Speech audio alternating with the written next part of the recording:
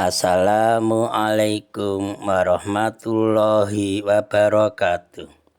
Selamat berbahagia jamaah ngaji tafsir Al-Quran dengan referensi kitab tafsir Al-Ibris Mu'alif Mbah Kyai Haji Bisri Mustafa Rembang dengan sanad Mbah Kyai Haji Samsul Mu'in Khalid, pendiri dan pengasuh Pondok Pesantren Darul Amin, Jajak Banyuwangi, Jawa Timur. Semoga berkah. Amin.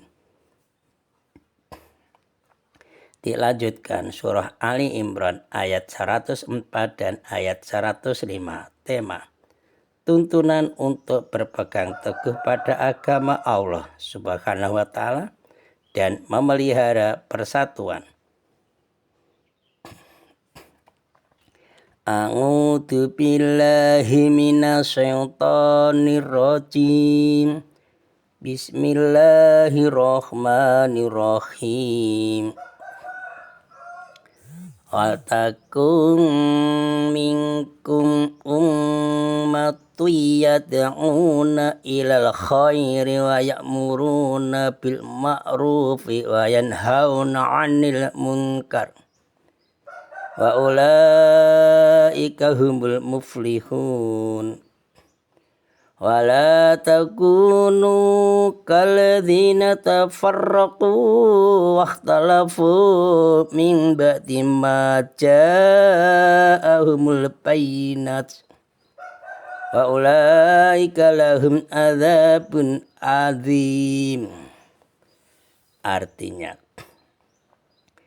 dan hendaklah di antara kamu ada segolongan orang yang menyeru kepada kebajikan, menyuruh berbuat yang ma'ruf dan mencegah dari yang mungkar. Dan mereka itulah orang-orang yang beruntung. Ayat 105. Dan janganlah kamu menjadi seperti orang-orang yang bercerai-berai dan berselisih setelah sampai kepada mereka keterangan yang jelas, dan mereka itulah orang-orang yang mendapat azab yang berat.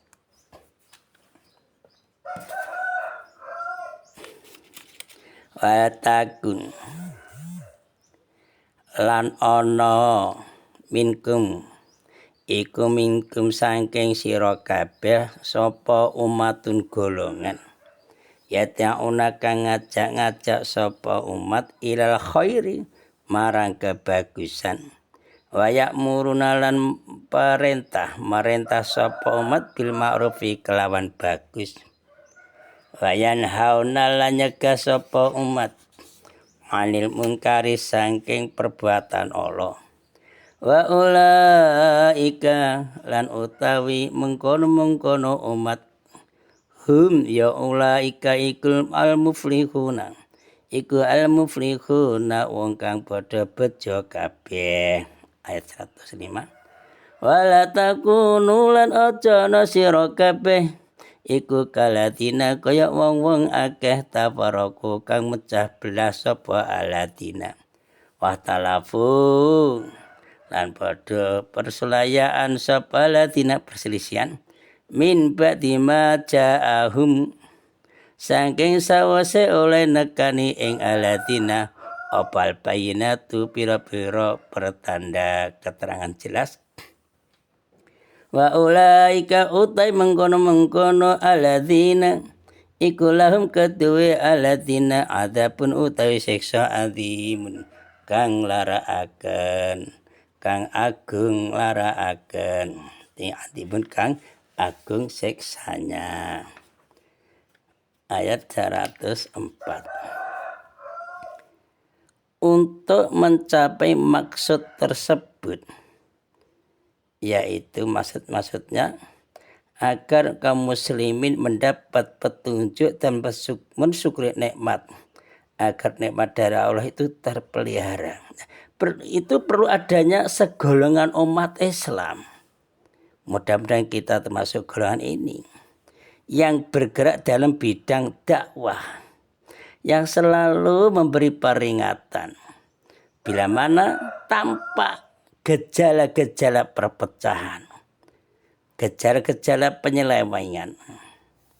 Karena itu pada ayat 104 ini diperintahkan agar di antara umat Islam ada segolongan umat yang terlatih di bidang dakwah, yang dengan tegas menyerukan kepada kebaikan, mengajak kebaikan, menyuruh kepada yang ma'ruf, kebaikan, dan menyerukan kepada kebaikan dan mencegah dari kemungkaran atau maksiat. Nah, dengan demikian umat Islam seluruhnya akan terpelihara dari perpecahan dan infiltrasi pihak manapun atau provokator dari pihak manapun.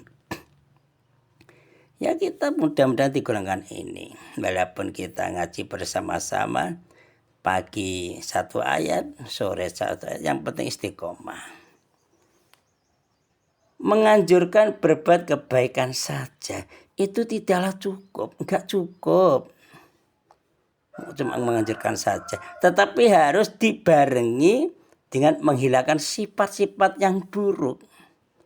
Jadi kita harus sadar sifat buruk harus dihindari, harus dijauhi, harus dihilangkan. Siapa saja yang ingin mencapai kemenangan, keberhasilan, kesuksesan, maka orang itu juga kita sendiri terlebih dahulu harus mengetahui persyaratan, harus mengetahui taktik perjuangan atau metode perjuangan atau strategi perjuangan untuk mencapainya. Yaitu begini, kemenangan tidak akan tercapai melainkan dengan kekuatan. Dan kekuatan tidak akan terwujud melainkan dengan persatuan. Persatuan yang kukuh dan kuat tidak akan tercapai kecuali dengan sifat-sifat keutamaan. Nah, ini perlu diulang lagi nanti audionya. Audionya diulang lagi biar paham. Tidak terpelihara keutamaan itu melainkan dengan terpeliharanya agama Islam. Dan akhirnya tidak mungkin agama terpelihara melainkan dengan adanya dakwah. Dakwah ini yang terakhir. Maka pesan para ulama, para mbah kiai kepada santrinya, dimanapun kamu berada harus berdakwah, walaupun satu ayat. Dalam kondisi apapun, apakah buruh, tani, pegawai atau bagaimanapun, pokoknya dakwah sesuai dengan ilmu yang dimilikinya. Jangan menunggu kalau sudah pandai, besok kalau saya sudah punya pondok pesantren, kalau saya sudah pinter baru dakwah. Jauh usah, enggak usah. Nanti sedikit-dikit nah itu menjadi bukit. Maka kewajiban pertama umat Islam itu ialah menggiatkan dakwah agar agama dapat berkembang baik dan sempurna, sehingga apa? Banyak pemeluknya, aja. Jadi kita punya audio atau channel YouTube Alibris umpamanya, itu dikirim pada anaknya, putunya, cucunya atau keluarganya, tetangganya. Itu termasuk aja.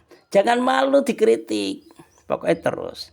Yang kritik-kritik memang orangnya suka gitu aja dimanapun, tidak usah diladeni, tidak usah dilayani.